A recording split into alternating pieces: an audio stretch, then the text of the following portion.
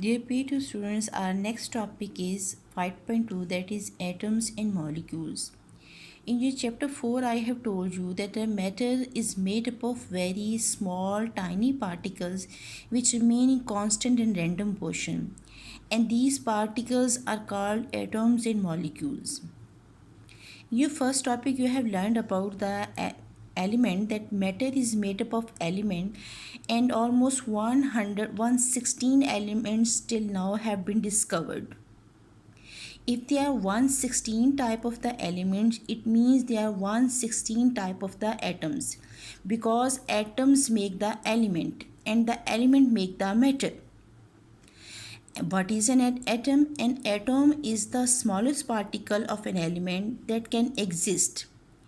It is the smallest unit of the matter. As I have told you in the biology, that cell is the basic unit of the living things. Same, the atom is the basic unit of all matter, whether it is a living matter or a non-living matter. It means each element is made up of only one type of atom. This is very important line. Each element is made up of only one type of atoms. It means if there are 116 elements, it means there are 116 type of the atoms. Okay, over here they have shown you a silver pendant and they are asking, it is made up of atoms and each atom has a specific shape. It can't be further divided.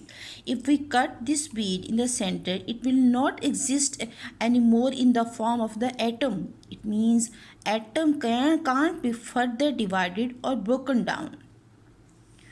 Over here they have told you about the different types of the atoms, and this is a neon gas. These are neon gas mean neon element, and neon element have the neon type of the atoms. If it's a silver pendant, it has its atoms are showing the atoms of the silver element. On the next page they have told you about the size of an atom. Atom is too much smaller in size that we can't see the atom with an ordinary microscope or a simple microscope. We have to use a special type of the microscope that is called STM, means scanning tunneling microscope.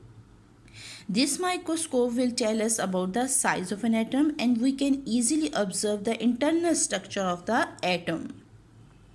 Different type of the atoms have different sizes, as for example a gold atom is larger than a hydrogen atom because it has more number of the protons and electrons.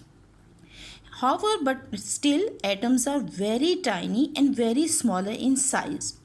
Over here they have given you the different type of, first of all they have given you the size of the atom, that is 1 into 10 raised to power minus 10, or it's also called 0.1 nanometer. 0.1 nanometer.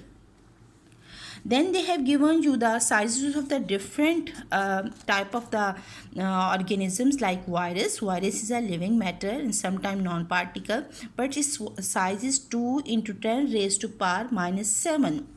Bacterium, it's also, these are the unicellular microorganisms and we can't see them with our naked eye, but still atom is smaller than all these organisms, meaning virus, bacterium, animal cell, plant cell and human hair strand.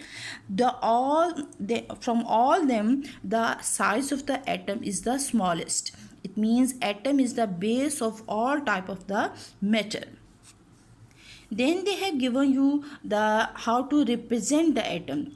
We use different type of the models or diagrams to represent the structure of the atom or the arrangement of the atoms.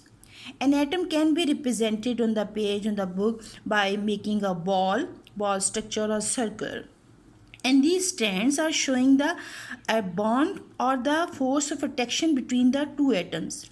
This is a model of the sulfur molecule, and in which 8 sulfur atoms are arranged or bonded with the help of the force of attraction.